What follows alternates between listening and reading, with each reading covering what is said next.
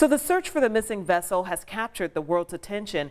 Rachel Krause is here, and Rachel, you actually talked to an expert at IU who has also been watching this situation closely. What did you learn? Well, Felicia, he points out that using submersibles or bathyspheres to explore isn't anything new, but it's evolved to commercial explorations like we've been following with OceanGate. And he says what happened with this sub highlights the immense risks those explorers face. They're going down to places that very few people have ever been before. So I can understand the intrigue to want to do this, having been again in a submarine myself to depths looking at historic shipwrecks. But you realize there's a tremendous risk. Professor Charles Beaker, director of the IU Center for Underwater Science, has spent his career studying shipwrecks and exploring the ocean. He says the tragic end for the submersible headed for the Titanic's wreckage is heartbreaking. Beaker says what caused the leak inside the sub isn't clear, but the implosion that followed is the result of pressure from the water's depth. We're used to 1 atmosphere of pressure on us, which is about 15 pounds of pressure, 14.7 psi.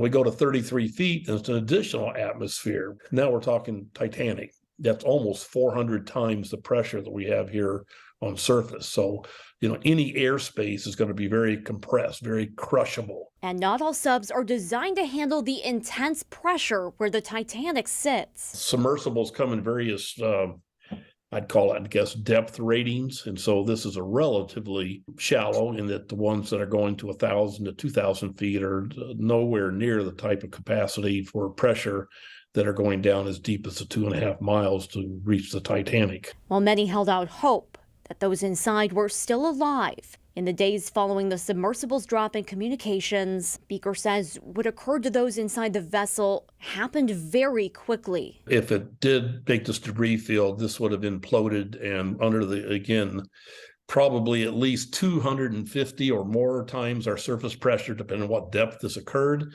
But they had not descended long enough to make it completely to the bottom. But when it imploded, it was instantaneous. There was no question this is a catastrophic event. Beaker says there are no firm building standards for submersibles like the Titan. And with the Titanic located in international waters, he says accountability, even if standards were in place, would be tricky. Beaker says exploration into the unknown will continue, but he hopes this tragedy can push the industry into making the journey safer. That's human nature, to kind of go where we haven't been before. And I don't want to see that stop. But at the same time, we want to make sure we can do it as safe as we possibly can and minimize the risk.